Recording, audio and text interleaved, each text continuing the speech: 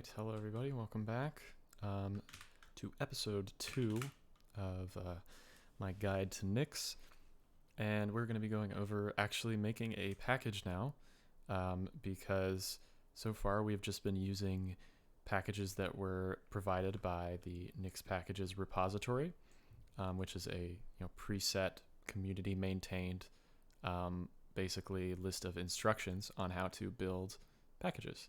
So I'm going to actually go to File. Let's say last time I used ripgrep, so I'll look for ripgrep. And here we go, packages.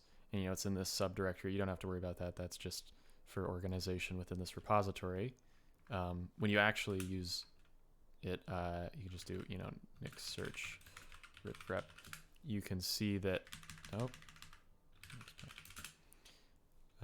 You can see that it's just straight inside of the packages. It's just .ripgrep. There's no .tools.txt or anything like that.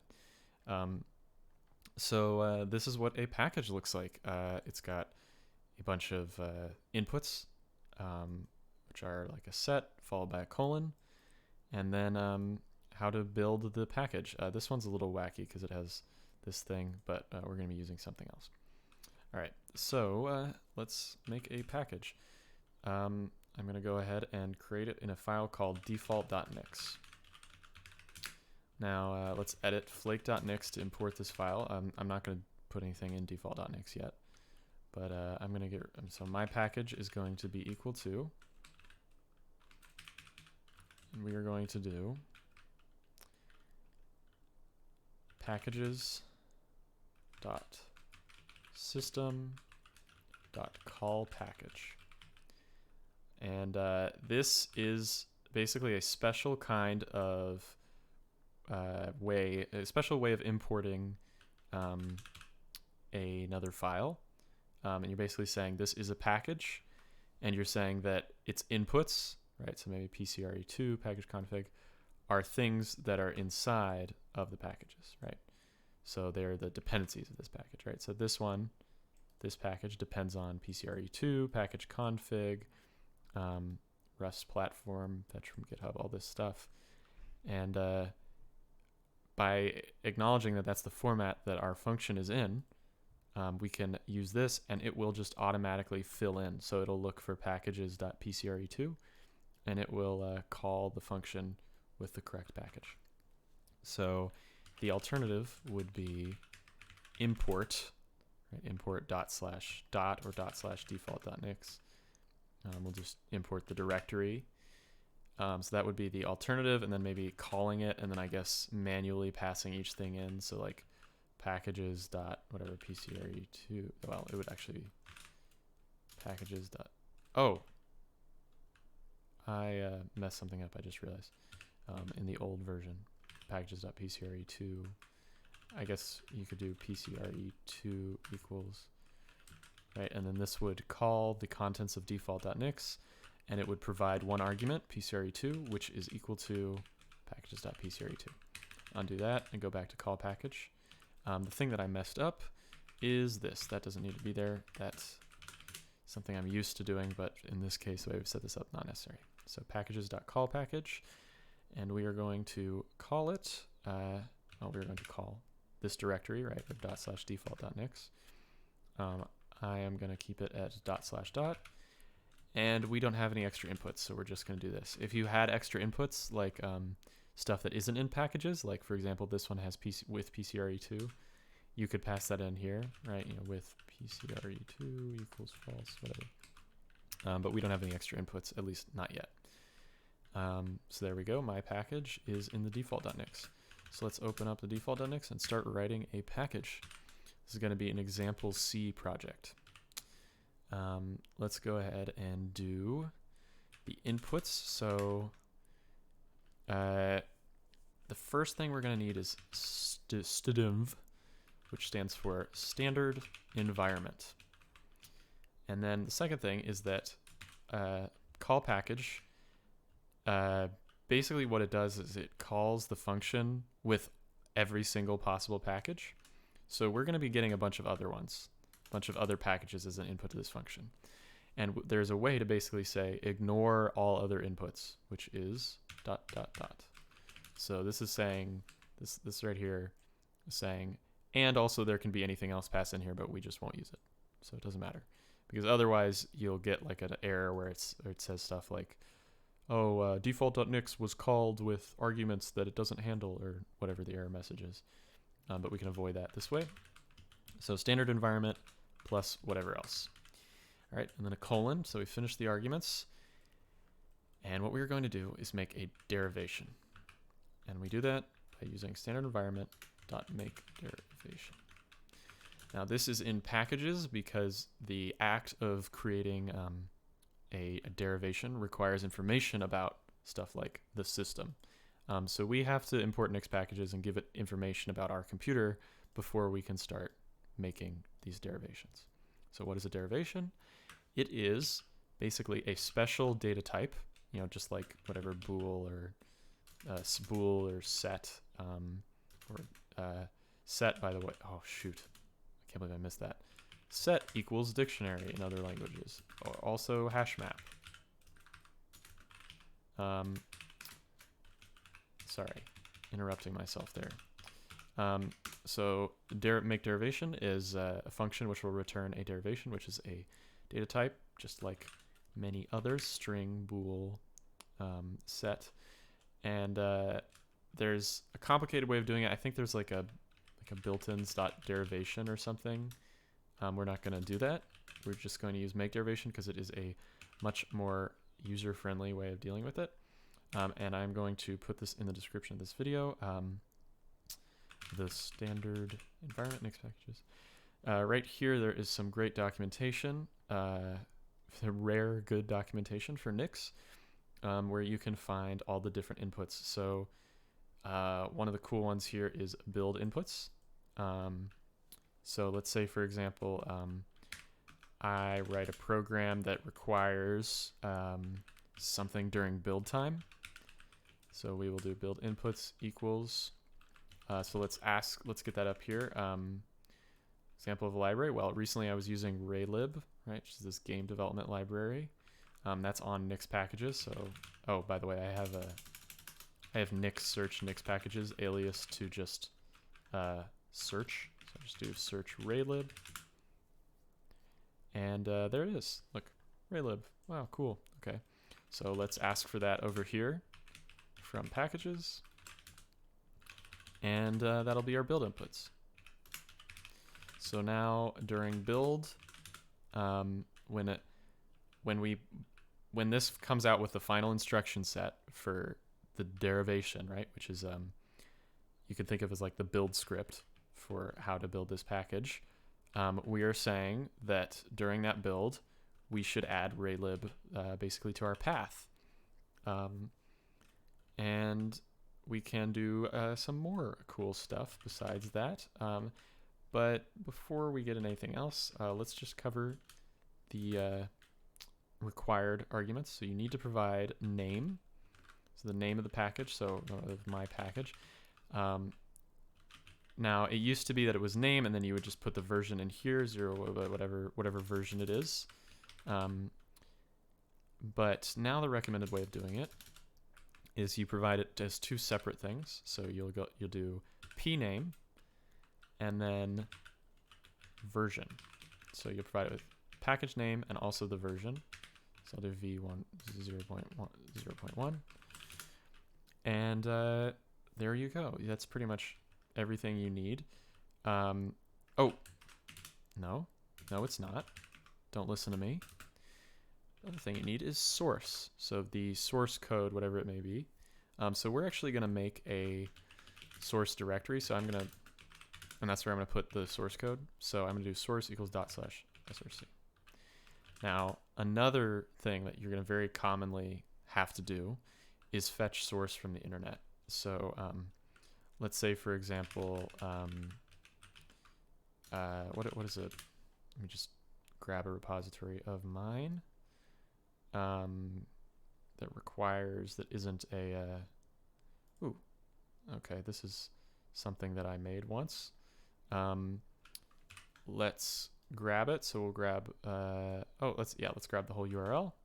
And let's say that I want to make a thing that builds that.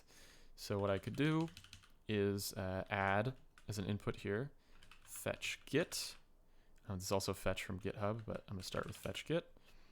So I could do source equals fetch git, which is actually not a package, it's not a derivation, it is a nix function. And the URL we're gonna provide is the one that I just copied. And then the way you would deal with this is by, if I just do vsplit, open a terminal, and do nix prefetch git, and then that thing. We're going to get an error.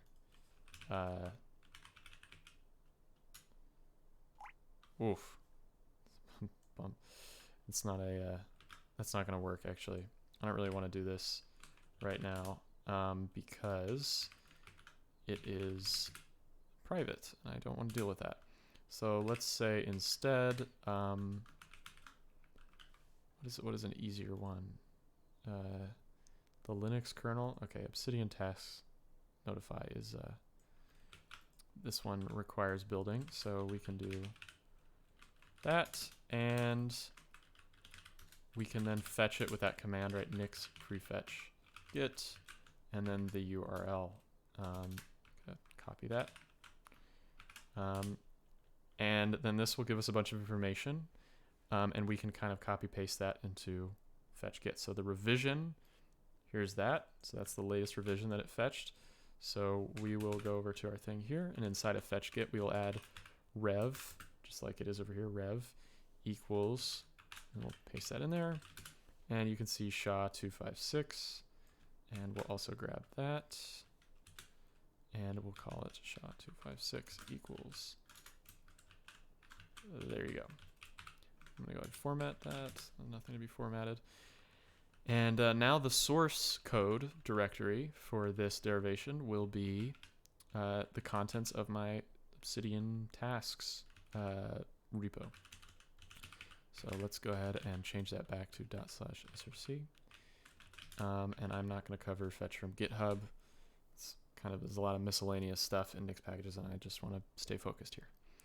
Okay, so now let's get to making a little bit of C code. Let's just go right here. We'll do main.c, and we will say, we'll include raylib.h, right? Because that's what we want that to be one of our dependencies. And we'll do int main, whatever. I'm not even going to do the arg stuff. We'll just do return 0.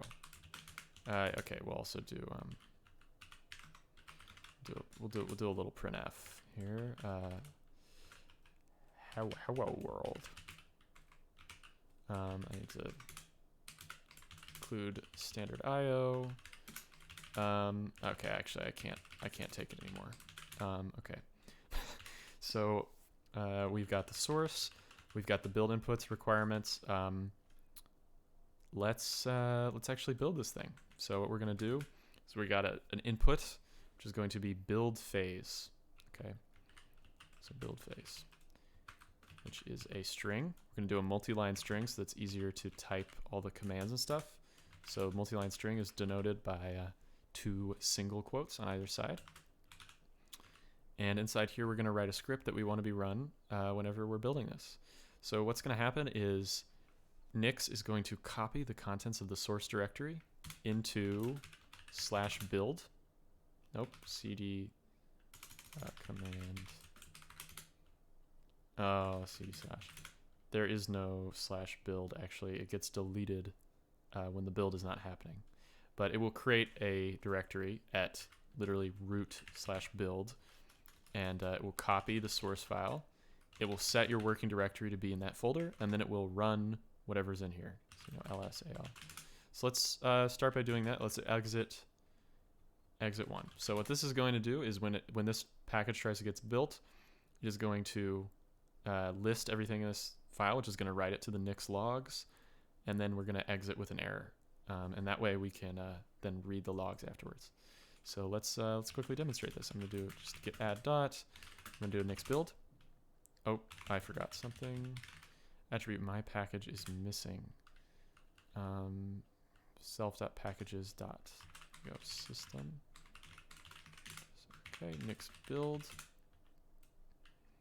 And it's going to build and then give an error. And you'll see, right, okay, so here's how you get the full logs. But if we look at the last 10 log lines, here's the output of lsal. And you can see, right, main.c. So just as I promised, it's the contents of the source directory. Okay, so let's go ahead and grab default.nix, and let's make this actually work. So we're also going to need GCC. Luckily, that is included in the standard environment. There's also something, there's a Clang standard environment if you want to use Clang. But we're going to use GCC, so we're going to do GCC-C, and we'll do main.c, and then we'll do GCC main.o, and then output that to main. And that will build an executable called main. So that's cool. Only issue is it's not going to install. I think right now if we do Nix build, there actually will be an error, if I'm not mistaken. Yeah, no rule to make target install. So actually what's going to happen is by default, the install phase, is the default script that it runs is make install. So if your package has a make file, you often don't have to edit anything. You can just leave out all this stuff and it will just build properly because the defaults are pretty good. But in this case, we do need to specify exactly what to do for the install phase. So we're going to do install phase equals, and yet again another double string here. And we are going to make directory out, okay, /bin. So what did I just do? Out. So when you are in the